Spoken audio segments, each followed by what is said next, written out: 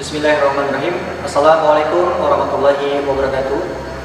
Alhamdulillahirabbil alamin. Wassalatu wassalamu ala asyrofil anbiya'i wal mursalin nabiyina wa nabiyina Muhammadin wa alihi washabihi ajmain wa man tabi'ahum bi ihsan ila yaumil amma ba'd. Pertama, bila kita panjatkan puji dan syukur kita kepada Allah Subhanahu wa taala karena dengan rahmat dan karunia kita masih diberikan kesempatan hidup oleh Allah dengan berbagai kenikmatan yang Allah berikan. Mudah-mudahan dengan nikmat itu senantiasa menyadarkan diri kita untuk terus mensyukuri apa yang telah diberikan kepada kita semua. Salawat beserta salam semoga tetap tercurah limpahkan kepada Nabi kita Nabi Muhammad SAW, kepada keluarganya, kepada para sahabatnya, dan tak lupa kepada kita seluruh umatnya. Mudah-mudahan kita selalu patuh dan taat terhadap ajaran agamanya sampai akhir zaman. Amin ya rabbal alamin. Teman-temanku dimanapun kalian berada, insyaallah pada kesempatan yang berbahagia ini saya akan menjelaskan tentang hadis ke-42, hadis Arba'in An-Nawawiyah, tentang luasnya pengampunan Allah Subhanahu wa taala. Dari Anas radhiyallahu anhu berkata bahwasanya aku mendengar Rasulullah SAW bersabda, Allah Subhanahu wa taala berfirman, wahai anak Adam, selama kalian mau berdoa dan berharap kepadaku, niscaya pasti akan aku ampuni dosa yang telah kau lakukan dan aku tidak peduli. Wahai anak Adam, seandainya dosa yang kalian lakukan membumbung tinggi setinggi langit dan juga engkau memohon ampun kepadaku, pasti akan aku ampuni.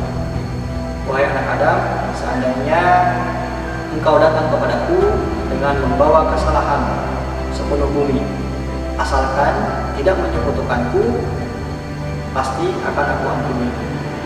Dan juga aku akan mendatangi kamu dengan sepenuh bumi pula. Hadis riwayat Tirmidzi. Hadis ini penuh dengan pengharapan-pengharapan. Hadis ini menjelaskan tentang luasnya pengampunan Allah Subhanahu wa taala, sehingga seorang hamba tidak putus asa ketika ia melakukan kesalahan, karena dikhawatirkan ketika kita melakukan kesalahan kita terlena dengan dosa itu.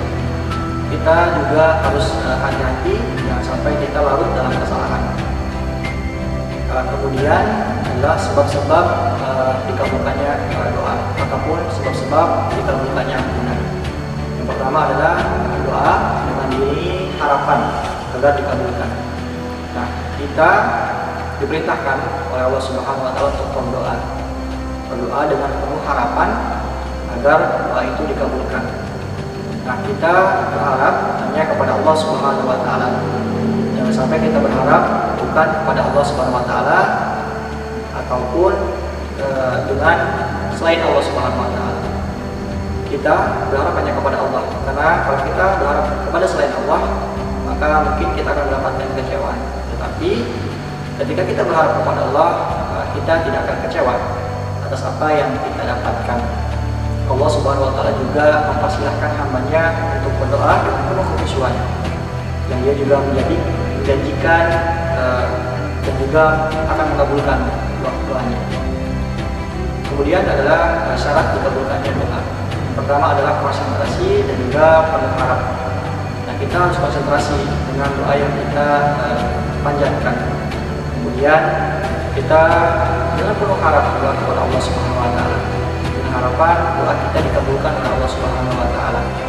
Nah, di antara tanda pengharapan itu adalah kita taat kepada Allah Subhanahu wa taala, melaksanakan perintahnya, menjauhi segala larangannya, dan juga menjalankan syariatnya yang memang sudah diajarkan oleh Allah dan Nabi Muhammad SAW. Kemudian yang kedua adalah penuh keyakinan. Dalam berdoa, kita harus yakin dengan apa yang kita panjatkan. Kita yakin dengan doa kita, kemudian kita yakin kepada Allah Subhanahu wa taala. Jangan sampai terbesit dalam hati kita ragu kepada Allah Subhanahu wa taala. Artinya, ketika kita berdoa, kita harus yakin dengan Allah Subhanahu wa taala akan mengabulkan doa yang memang kita inginkan, yang memang doa yang kita panjatkan kepada Allah Subhanahu wa taala. Kemudian yang ketiga adalah bersungguh-sungguh. Selain kita yakin kepada Allah Subhanahu wa taala agar doa kita dikabulkan, kita juga bersungguh-sungguh dengan doa tersebut. Kita juga bersungguh-sungguh untuk berikhtiar untuk mewujudkan doa itu. Kemudian kita tidak bermain-main, jangan sampai kita berdoa hanya untuk sesuatu yang memang tidak ada manfaatnya misalnya, tetapi kita bersungguh-sungguh perlu dengan keseriusan dalam berdoa kepada Allah. Kemudian selanjutnya adalah tidak terburu-buru. Nah, Rasulullah SAW juga melarang hambanya berdoa dengan terburu-buru. Artinya kita berdoa harus dengan tenang, dengan penuh ketenangan. Jangan sampai kita terburu-buru dalam berdoa, karena itu tidak akan dikabulkan oleh Allah Subhanahu wa taala. Nah, kita berdoa dengan penuh rasa harap, tenang dan juga nyaman, tentram, tidak terburu-buru, karena terburu-buru adalah sesuatu sifat setan ya, seperti itu. Kemudian adalah rezeki yang halal. Nah, kita harus memperhatikan apa yang kita konsumsi setiap hari.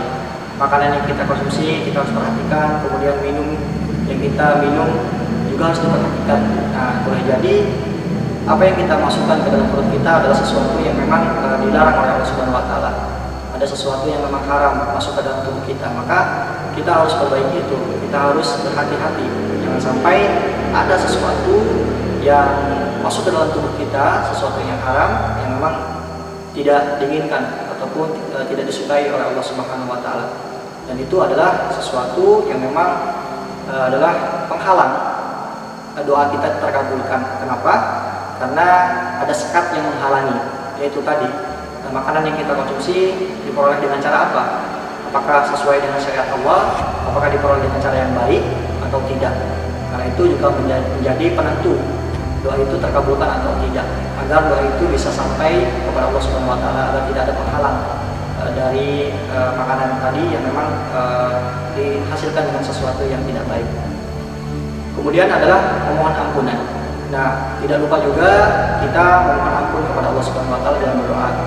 Kita berdoa agar Allah mengampuni segala dosa kita yang memang kita lakukan secara sengaja ataupun tidak sengaja.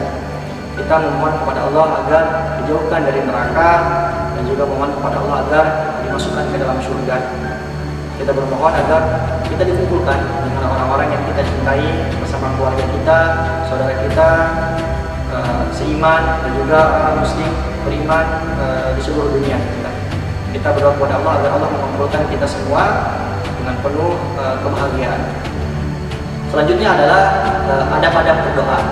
Nah, ada beberapa adab yang bisa kita lakukan. Yang pertama adalah memilih waktu-waktu yang memang memiliki keutamaan. Banyak hadis yang meriwayatkan berdoa di waktu-waktu yang memang memiliki keutamaan. Misalnya di hari Jumat itu adalah waktu yang mustajab untuk berdoa. Kemudian antara azan dan iqamah itu adalah sesuatu yang bisa kita pilih dan bisa kita aplikasikan dalam kehidupan kita. Dan banyak juga yang lainnya di waktu-waktu yang lain yang memang memiliki keutamaan. Kemudian yang kedua adalah berwudu dan sholat. Nah, tidak lupa ketika kita berdoa, kita harus dalam keadaan suci.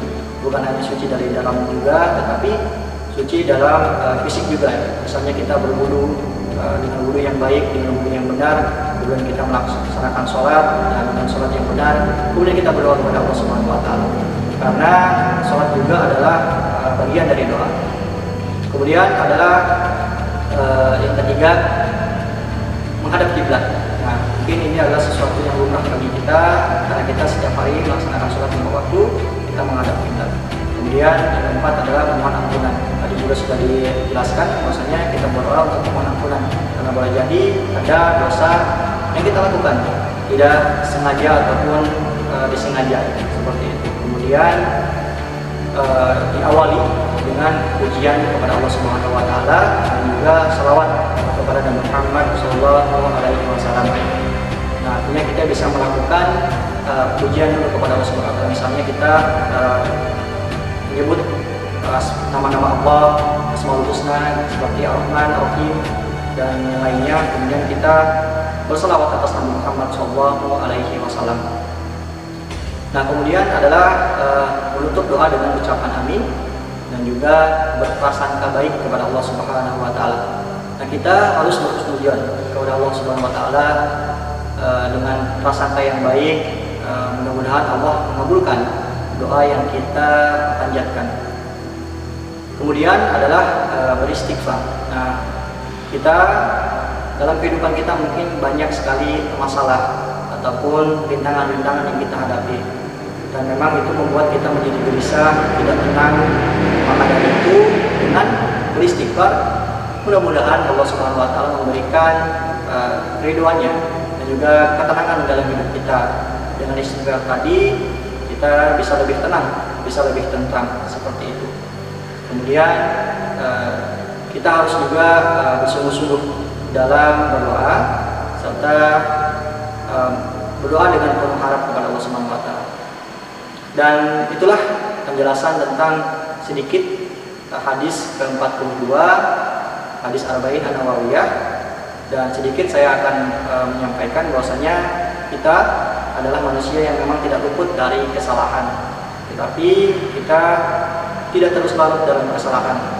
Kita bukan malaikat yang selalu taat kepada Allah, dan kita juga bukan setan yang selalu salah. Tapi kita mempunyai kesempatan untuk berubah, kita mempunyai kesempatan untuk mendekatkan diri kepada Allah, bertaubat kepada Allah atas kesalahan-kesalahan yang memang kita lakukan, mungkin secara sengaja ataupun yang tidak disengaja. Intinya adalah terus berbuat baik, terus bertaubat dalam keseharian kita. Mudah-mudahan Allah mengampuni dosa kita, kemudian mengabulkan doa-doa kita yang memang kita harapkan. Dan itulah yang bisa saya sampaikan. Kurang lebihnya mohon maaf. Mohon maaf apabila ada yang keliru, dan apabila yang ada yang salah mohon dibenarkan. Terima kasih. Wassalamualaikum warahmatullahi wabarakatuh.